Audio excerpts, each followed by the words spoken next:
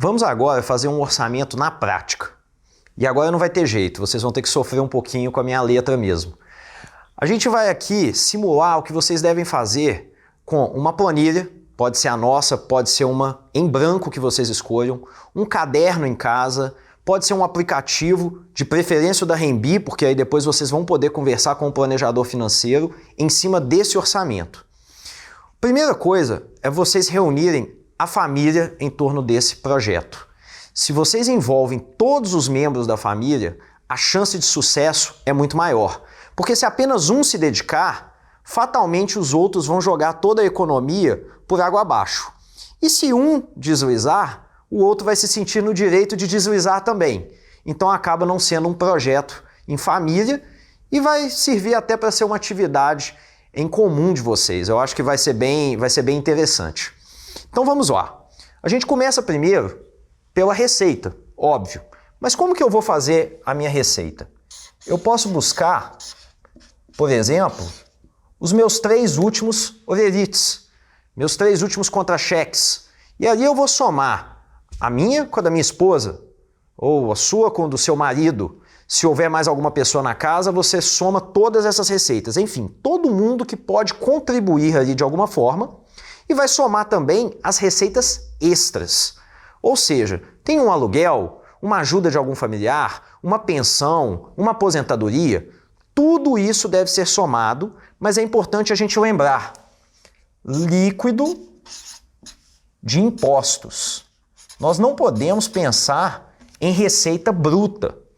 Então, se você recebe através da carteira assinada, você tem que lembrar que o seu imposto já é descontado na fonte, que você tem o desconto do FGTS, o desconto do INSS, pode haver algum outro desconto de algum benefício, como por exemplo um vale transporte, um plano de saúde, uma farmácia que você tenha utilizado, e você tem que colocar a última linha, ou seja, o valor que de fato está disponível para que você gaste no mês a mês, tá certo?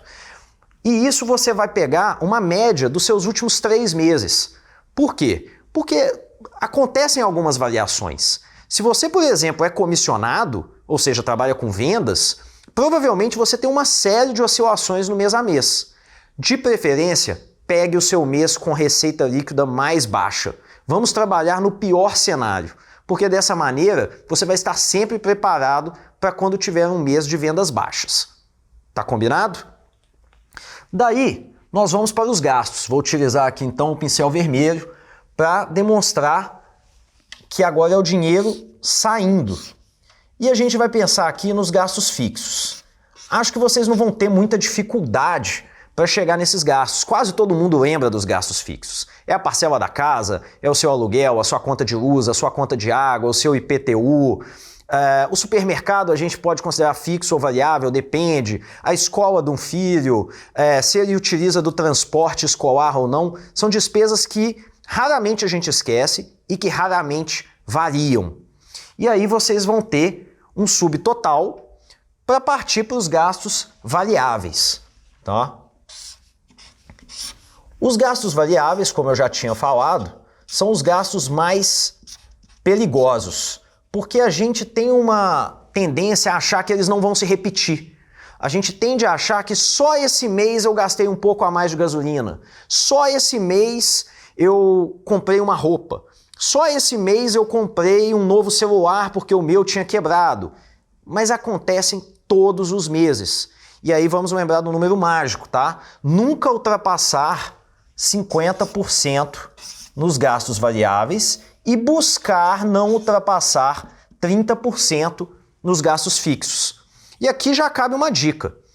Quem já financiou uma casa deve se lembrar que o banco permite que você tenha uma parcela de financiamento de até 30% da receita bruta da sua família. Ou seja, se você utilizar todo o limite que o banco te permite, você já está no teto dos gastos fixos apenas com uma despesa, o financiamento da sua casa. Então lembre-se, esse é um teto por um motivo. O banco sabe que se você passar daquilo, você já vai estar com problemas. O que acontece é que o banco não sabe que você também pode ter um carro, você também pode ter uma escola para pagar, você pode ter uma família um pouco maior. Então, tente sempre ficar no total dos gastos fixos abaixo de 30%. Voltando aqui para as nossas despesas, a gente não tem como imaginar os gastos imprevistos, o próprio nome já diz, mas a gente tem que lembrar que eles existem. Então eu vou colocar os imprevistos e alguns exemplos são problemas de saúde, problemas com o carro, um celular que estragou, um carregador que eu precisei comprar, um animal que ficou doente, um familiar que precisou de uma ajuda, enfim, tudo aquilo que não faz parte do meu orçamento com frequência, mas eu não consigo deixar de ter, tá? Não consigo deixar de gastar. Eu passo uma reta e eu vou chegar no meu total, que, tomara, seja com uma caneta azul, seja positivo. E aqui, idealmente, vão me sobrar algo em torno de 15%, 20%, tá? Da minha renda total. Com esses 15% a 20%, nós vamos poder fazer uma reserva de emergências, que eu vou conversar com vocês já já a respeito disso em outra aula, ou eu posso começar a fazer investimentos. Investimentos esses que eu vou poder utilizar para realizar os meus sonhos e as minhas metas de vida. Se eu não tiver esse superávit, se eu cair no negativo, e pode ser um negativo de 5% ou de 50%, eu estou correndo um risco muito grande, porque fatalmente eu me endividei. Eu utilizei mais dinheiro do que eu consigo ganhar. Ou seja, no mês que vem, um superávit de 15% a 20% pode já não ser suficiente para pagar e tampar o buraco do mês anterior. Vocês já devem ter ouvido a expressão bola de neve. É porque é isso que as dívidas fazem com a gente. Quando você tem uma dívida num mês, se você não resolver aquela dívida logo no mês seguinte você pode ter um pouco mais de dívida, porque os juros vão incidir em cima. E depois no outro mês você tem mais um pouco, e no outro mês mais um pouco. E a velocidade dos juros é enorme. Então, faça esse orçamento com a sua família, chegue num consenso com todo mundo, perceba onde há a oportunidade de fazer alguns cortes. Sempre há gastos excessivos. Você pode fazer um objetivo de cortar R$100 do seu orçamento. É um exercício que parece bobo, mas ele é super difícil. Porque você fala, da onde conseguimos cortar R$100? É só pela prática, é só pelo exercício. Não que aqueles R$100 vai fazer uma diferença enorme, mas se todo mundo olhar, é muito possível que você consiga até eliminar gastos muito superiores a R$100. E dessa maneira, você vai engajar toda a sua família em torno daquele orçamento.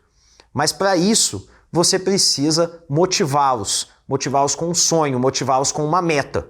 E é sobre isso que nós vamos falar agora.